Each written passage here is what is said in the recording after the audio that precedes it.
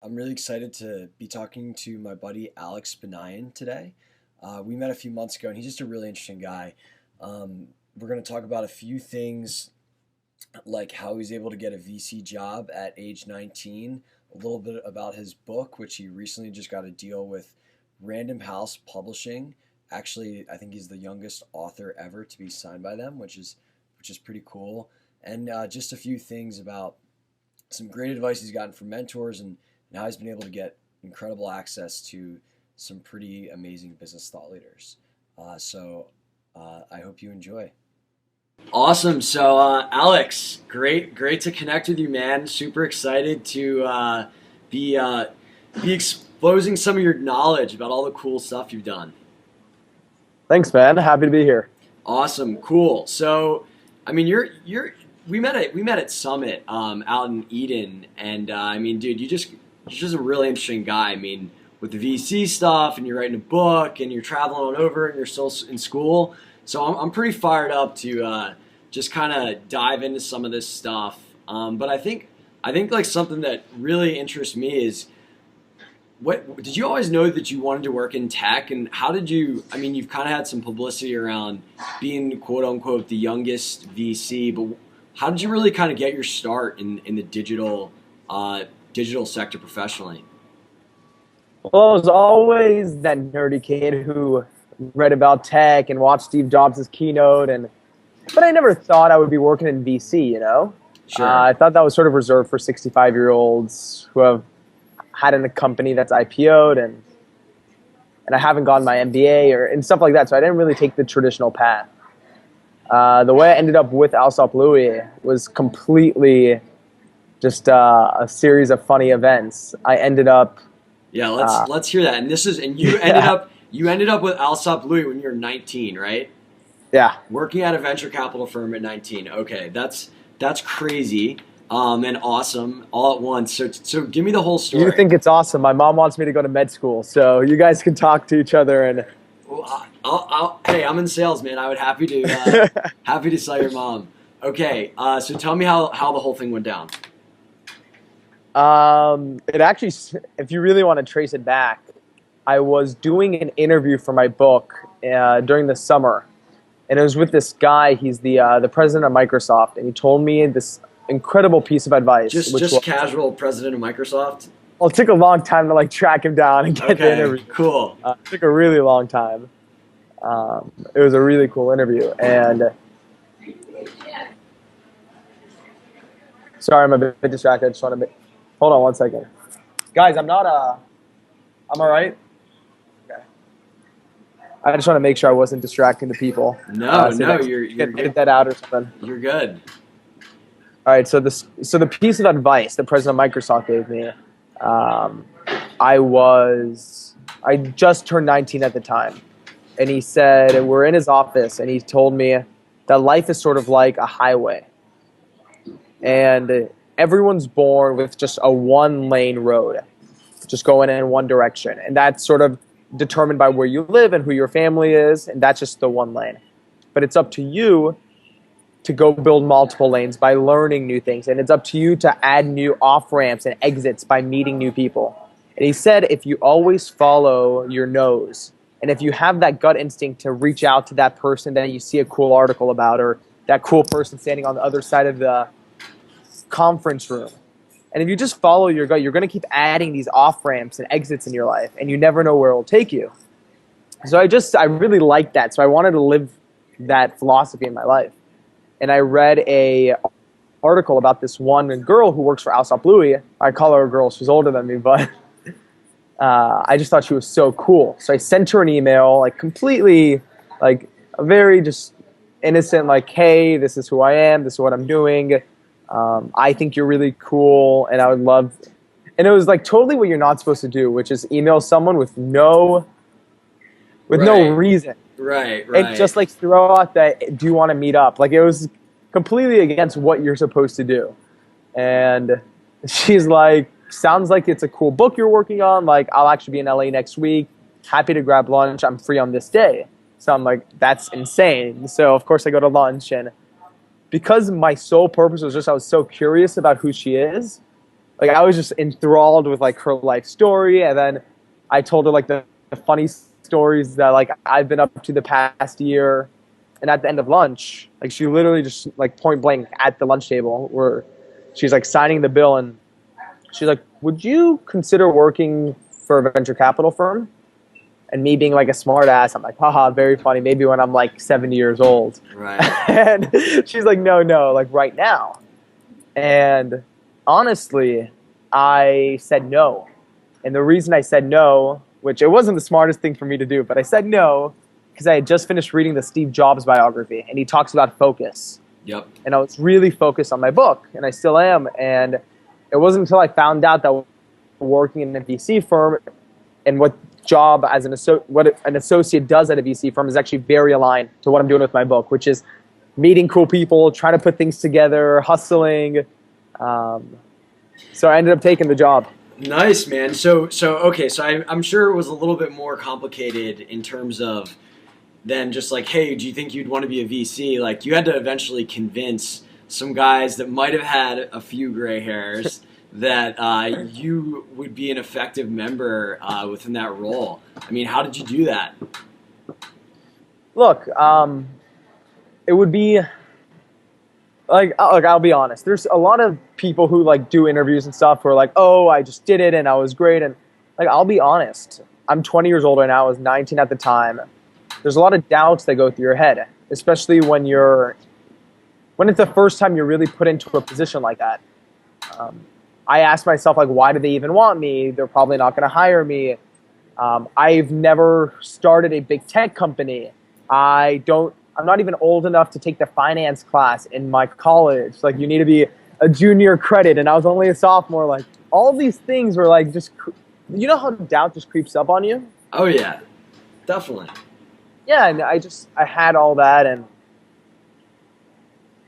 I was actually really honest about that during my first interview, and I made it as a joke. I'm like, "Are you guys sure you're talking to the right guy?" And but all those honestly, like that type of authenticity, like what it does is it like engenders intimacy, and it makes people like you more and trust you than the guy who knows it all and has every answer. And I mean, that's not necessarily the guy that you like. You like the person that is human and is authentic and transparent about kind of what they're thinking. So I mean, I could definitely see why that kind of, I guess, taking that air in the interview helped you out.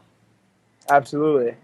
And the truth was, I just said what I like very honestly what I've been up to, and it turns out what they were looking for exactly what I've been doing, which is chasing down crazy entrepreneurs, like following my hunches and and putting people together. Love it. So I want to hear a little bit more about the book, like what it's about and why you started working on it. Yeah. So I don't know if you can relate to this, but when I was a freshman in college, I was sort of going through the what do I want to do with my life crisis, where like, did you go through that? You're not really sure where you want to go with life. Dude, I've wanted to be like 30 different jobs. I've definitely had that. Trust me. Trust me. I've been there. I wanted to be a Secret Service agent. I wanted to, I had a million things I wanted to do. And then like when you go through all those 30 different things, like, okay, maybe I want to be a director. Like that was one of the things I thought of. And then the question of, how did Steven Spielberg, when he was 19, and become the youngest director in Hollywood history? Yeah. Or the question of, okay, maybe I want to be a broadcaster. Well, how did Oprah Winfrey, when she was a unknown TV reporter, like get her first major show? Or how did Bill Gates, when he was a sophomore in college, sell his first piece of software out of his dorm room? Like those are the little questions that started bugging me, So basically, you didn't know what you wanted to do, but you knew you wanted to be an anomaly in some sense, and or like it was fascinating to understand like how those anomalies like were able to achieve the success that they did in whatever their particular discipline. Right. I think the second one is the key, where it was more like, how many filmmakers' names do I know? Well, the obvious one is Steven Spielberg, so that was the natural one I thought about.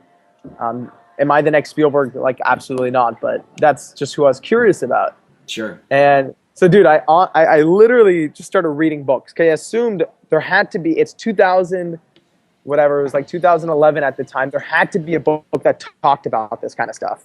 So I just started buying books and renting books, and like by the end of my freshman year, I literally had 122 books stacked up in my dorm room. Dude. And it got to the point that I realized, like, my roommates were making fun of me, and I realized, like, the exact book I wanted, it didn't exist. And when I was left empty-handed, I was sort of crazy enough to say, well, like, why can't I try to write this book? I'm like totally naive.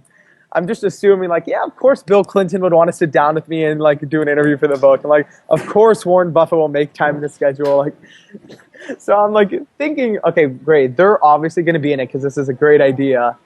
Now I just need some money to travel because I have no money. So, like, I'm already on like financial. I remember this part of the story, and I'm really excited for you to share it because it's so awesome. So you know the show The Price is Right, right? Dude, do I know it? I know I'm a little more familiar with it than I like to admit. It's been a lot of sick days watching The Price is Right in elementary school. Yeah, it's that show that you always watch, flicking through the channels, That's right. The flashing lights. So in hindsight, at the time, this was probably the worst decision of my life. It was the day before final exams. I found tickets to The Price is Right. I decide, do I either A, want to study for my finals the day before my first finals, or B, go onto a game show that I haven't watched in years, that I haven't even seen in its entirety ever, for the small chance that I can maybe win some money to fund this book. So how did you stand? So what I want to know is, because I know that's awesome that you decided to do that. How did you like stand out when you went to The Price is Right? Because I know there's like a selection process. Yeah, I did. I ended up wearing a green jacket and an orange T-shirt and like neon glasses, and dude, you were just like a stunner, just like a showstopper. Yeah, that's awesome. And so you ended up. So I end up winning The Price is Right with this crazy strategy. I sell the boat that I win to fund the book process, and for the past that was awesome. About 2 years ago. And while in school, I was sort of like running around the country at the same time, like telling my professors I'm sick while like flying to this place and flying to that place and trying to make this book happen. Amazing. So tell me, okay, so there's probably, sounds like you've gotten to talk to some pretty amazing, awesome people who've accomplished some cool things. Are you open to sharing any of those? Yeah, for sure. Just last week, I had a really cool interview with the founder and CEO of Tom's Shoes. And his name's Blake Mykowski, and the guy is just amazing. Like, the most cool, brilliant, like, he is just, like, the entrepreneur of our generation. Dude, he started Tom's Shoes. Like, I see them everywhere. It's amazing. And it started in 2006. Like, think about that. 6 years ago, this was nothing. And Blake was just a serial entrepreneur with like a bunch of businesses, some successful, some not. He was in his 20s, and then he launches like this random shoe company. And the shoe industry is, I want to say, after maybe like the only thing harder than a shoe company is opening like a pizza shop in New York. Because like the competition's insane. But like a shoe company is you're not fucking around. Yeah. And so like the guy has just crushed it. Oh my gosh. Yeah, totally. So what I want to know is, how do you granted, like, you have a little bit more street cred now that you have a deal with Random House or Crown Publishing. Congrats.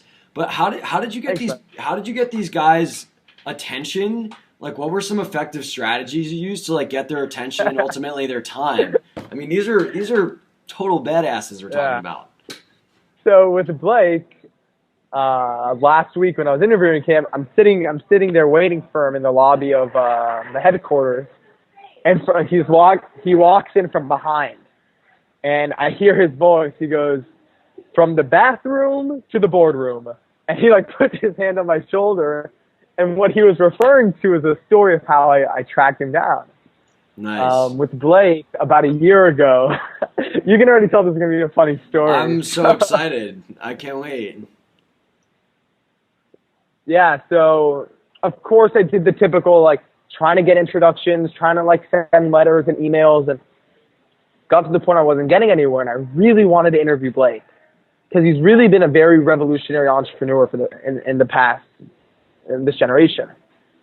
So I'm like, what do I do? What do I do? And I ended up finding online this event that he was speaking at. He was accepting this award from, I think, some kind of leadership group here in Southern California. And sure enough, this was my sophomore year of college, like about a year after The Price is Right. And the only problem, once again, the day of the event was 3 days before final exams, which is like when you're really supposed to be focused on getting your shit together. School's cramping your style, man. There's a great, what's that? Oh, there's the quote that sometimes school gets in the way of your education. I love it. Very true. Sometimes school gets in the way. You got to just make it work. And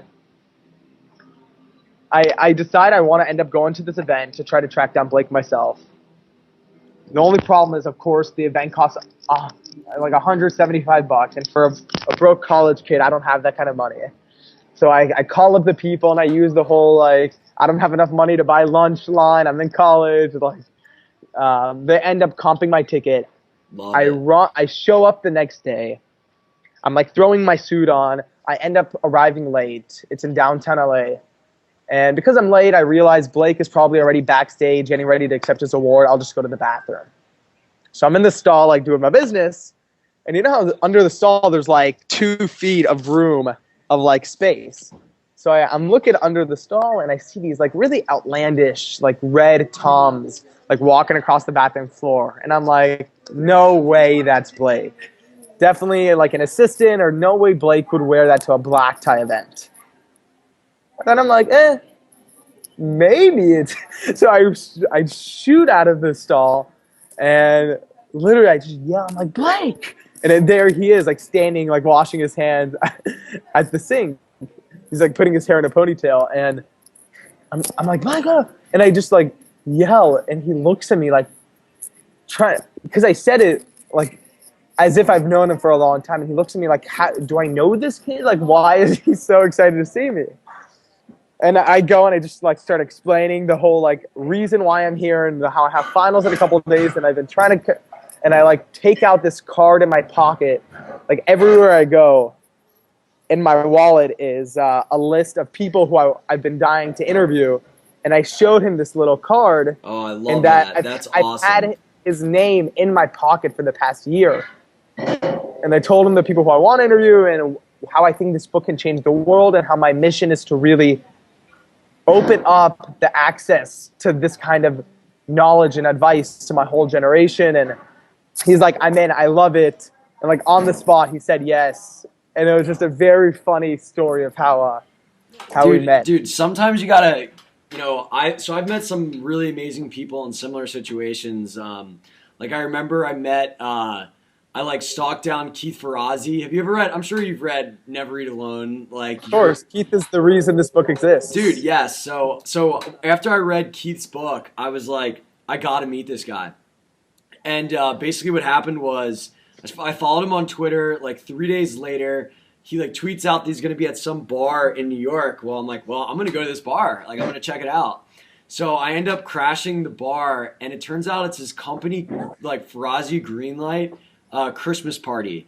And like I've done this a couple times, and I call it like creating serendipity, where it's like I knew that Keith was gonna be there. I knew exactly what I wanted to say to him to like be memorable, but like you play it off like oh, you just happen to be there.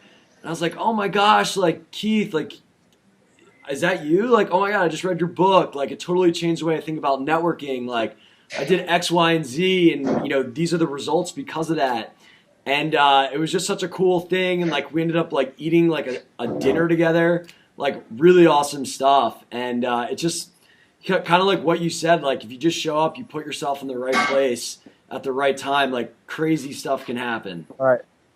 Dude, that's a great story. Yeah, that is so cool, man. So, I guess like one thing that I'm interested in is who's on that list that you haven't been able to get a hold of yet. Name at least one. Name one person, and maybe somebody. Okay, one person. Maybe somebody that will watch this might be able to help you out. Okay, well, I can just say them all. Yeah. All right. If someone wants to help, say them all. Bill Clinton has always been a big dream of mine. Bill Gates, Warren Buffett, Oprah Winfrey, Steven Spielberg, Sonia Sotomayor, the Chief Justice of the Supreme Court. She's so cool. Some people like Ellen DeGeneres or Kanye West or Lady Gaga or Jay-Z. And then tech people like Mark Zuckerberg or Jack Dorsey. And then other like business leaders, Howard Schultz, Jeff Bezos. All right, so you got some pretty good guys in the room. Some music people, Scooter Braun. Like, yeah, there's a lot of people who I really look up to, who I think would have amazing things to say to the next generation. Awesome. Well, if anybody has an Uncle Howard Schultz or is lives next to Oprah or whatever it is and is watching this, hook my boy Alex up. So I guess I want to ask you one more thing. So you say I'm somebody that's like really interested in mentorship, and I think it's just like the most amazing thing. I think it's so important for young people. And I was just reading your Twitter stream before this, and you said choose your mentors and heroes wisely. What you value and admire in others shapes your future self. Could not agree more. I think we're the average of the 5 people that we hang around with the most and calibrate who we want to be with. And I'm curious, like, who's been a mentor in your life, and why have they been a great mentor? So my biggest mentor actually told me that not only are you the average of the 5 people you spend the most time with, but you're also the average of the 20 people who give you the best advice. So Scott, if you wrote down 20 people who have given you the best advice in your life, the theory is eventually at some point in your life you'll be amongst that group if you follow what they tell you. So I've been really careful, and not careful, but thoughtful in the kind of people who I not personally reach out to, but also just look up to. Like there's people like Jerry Seinfeld who I really admire because of his work ethic, and even though I've never met him, I consider him a hero or a mentor. Or sure. I mean, I guess stuff like that. Yeah, people can be mentors from a distance, and just the way they conduct themselves, which is awesome, dude. So I'm really fired up about your book. If people that are watching this want to make sure that they have are in the loop and they know when it comes out, where can they go to be informed and get updates? I would love that. So my website, alexbanayan.com. So Scott, if you could like put that under so people can click it easy. I'm gonna make a huge link. It's gonna be pretty. Dude, make it size 36 font. I want a flashing strobe light on it. Totally. It's really cool, actually. I created a good friend of mine created this company called LaunchRock. Yep. And if you put in your email address, I'm able to like send you an automatic email. And I found out, I don't know if I'll get in trouble for this, but a PDF to my favorite book of all time, or one of my favorite books, which is Think and Grow Rich. Napoleon Hill. Napoleon Hill. When my grandpa was a refugee coming to America, he said the one book, he had to leave everything behind and rebuild his life at age 50 here in America. He said the one book that taught him everything he needed to know about how to create the life of his dreams was in that book. So that changed his life. It's changed my life. So I wanted to give it as a gift to all people who sign up for my newsletter. So the PDF to that book is in there. And once the book comes out, I'll, of course, let everyone know and share cool updates and exclusive material and stuff like that.